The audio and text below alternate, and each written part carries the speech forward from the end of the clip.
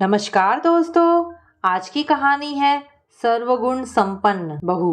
अरे प्रीति, ये कोना साफ नहीं किया क्या? यहाँ मिट्टी मिट्टी से हो रही है। कमला देवी ने कड़क आवाज में अपनी बहू से कहा। प्रीति ने आटे से सने हाथ लिए हड़बड़ाते हुए बाहर आकर कहा, मैं रोटी बना के साफ करती हूँ। कमला देवी मोबाइल चलाते हुए बोली, किशोरी बुआ की बहू विधि पूरा घर चमका के रखती है। उनका घर शीशे की तरह चमकता है। प्रीति बिना कुछ बोले रोटियां बनाने लगी। दोपहर को प्रीति के ससुर जी खाना खाने आए। प्रीति खाना देने लगी पर पानी देना भूल गई। सामने ही सासू माँ बैठी थी। ससुर जी ने बोला, पानी दो। सासू माँ ने तपाक से बोला, प्रीति खाने के साथ पानी भी दिया करो। चाचा जी की बहू खाने से पहले पानी देती है। प्रीति ने बोला, जी मम्मी जी, आगे से ध्यान रखूंगी। अगले दिन रोहित नहाकर निकला और उसने बाथरूम को ऐसे ही गीला छोड़ दिया। कमला देवी ने तुरंत अपनी बहू से कहा, रोहित के निकलने के बाद कपड़े से बाथरूम की टाइल्स साफ कर दिया करो। बड़े मामा जी की बहू दीपिका का बाथरूम सूखा रहता है। गीले बाथरूम से राहु खराब हो जाता है। प्रीति ने बोला, मम्मी जी, अभी तो रोहित जी का टिफिन तैयार कर रही हूँ, इसके बाद साफ कर दूंगी। रोहित के चले जाने के बाद कमला देवी और प्रीति बैठकर बातें कर रहे थे। तभी बातों बातों में कमला देवी ने बोला, अशोक मौसा जी की बहू पूरे घर का ख्याल रखती है, पूरे घर को संभाल लिया है। मौसी जी आराम से घूमती हैं, कोई टेंशन नहीं है। प्रीति बोली, आरती भाभी की शादी को 15 साल हो गए हैं। आप भी पापा जी के साथ पास वाले पार्क में चली जाया कीजिए। आपका घूमना भी होगा और पापा से 2-4 बातें भी हो जाया करेंगी। तभी कमला देवी ने तपाक से बोला, ना बाबा ना, मेरे बस की नहीं है। मेरे घुटनों में दर्द रहता है और बच्चे वहाँ क्रिकेट खेलने आते हैं। अगर घुटने में गेंद लग गई और बिस्तर पकड़ लिया तो फिर मेरी सेवा कौन करेगा? मेरी किस्मत बहन जैसी थोड़ी ना है। 2 दिन बाद प्रीति को अपने सूट सिलवाने के लिए टेलर के पास जाना था। उसने अपनी सासू माँ से टेलर वाले के पास जाने की बात कही। कमला देवी ने तपाक से बोला, अरे सामने वाली की बहू तो खुद अपने हाथ से ब्लाउज सूट सिलती है। अपने हाथ से कितनी भी डिजाइन बना लो और कभी भी बनाकर पहन लो। प्रीति ने बोला, मम्मी जी, सूट तो मैं भी सिल लेती हूँ, पर यह कपड़ा थोड़ा रेशमी है और रेशम के कपड़े की फिटिंग जल्दी सही नहीं आती, बहुत सरकता है। इसलिए मैं टेलर से सिलवाना चाहती हूँ और मेरे पास अभी टाइम भी नहीं है। दिवाली होकर गई है और चचेरे भाई की शादी है।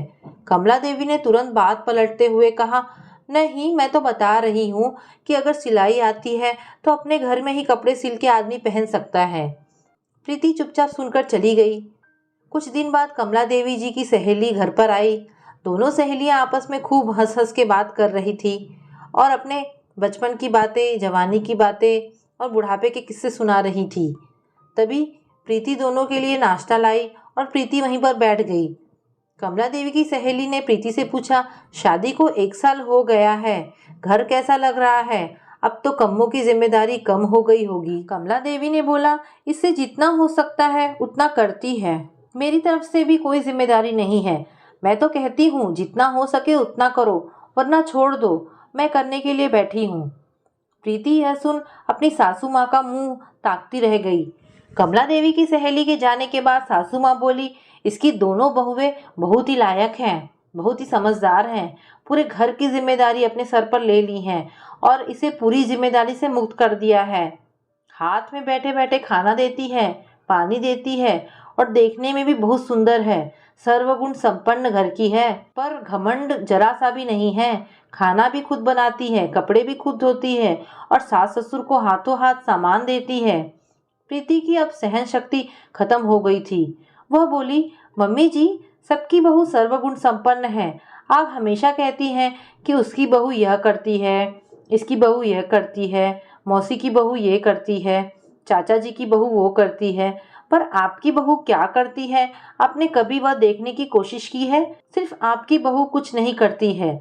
आपको सिर्फ मेरे में कमियां ही नजर आती हैं। मैं आपकी अपनी माँ की तरह सेवा करती हूँ, पर आपने कभी मुझे बेटी के रूप में नहीं देखा। मम्मी जी, आपने मुझे बेटी ना सही, कम से कम मुझे बहू के रूप में तो देखिए। मैं क्या करती हूँ, कितना करती हूँ, यह भी तो देखिए। मम्मी जी, दूर के ढोल सुहाने होते हैं, सब में कमियां होती है। मैंने आपकी और चाची जी की फोन पर बात सुनी थी। वह अपनी बहू की कितनी बुराई कर रही थी। इस घर में आए हुए मुझे 1 साल ही तो हुआ है।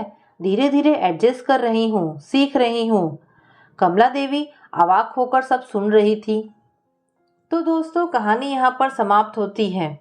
दोस्तों मैं यहाँ सास को नीचा और बहू को ऊंचा नहीं दिखा रही हूँ। हमारे समाज में बहुओं की तुलना हमेशा रिश्तेदार की बहुओं से की जाती है, जो कि सही नहीं है। हर घर के अलग अलग नियम होते हैं। अपने घर की बहू को घर के रीति रिवाज बताइए, पर उसकी तुलना किसी के घर की बहू से ना करें, क्योंकि आपकी बहू आपकी ही रहेगी। तो दोस्तों कहानी यहाँ पर समाप्त होती है। आपको ये कहानी कैसी लगी मुझे कमेंट करके अवश्य बताएं। धन्यवाद दोस्तों।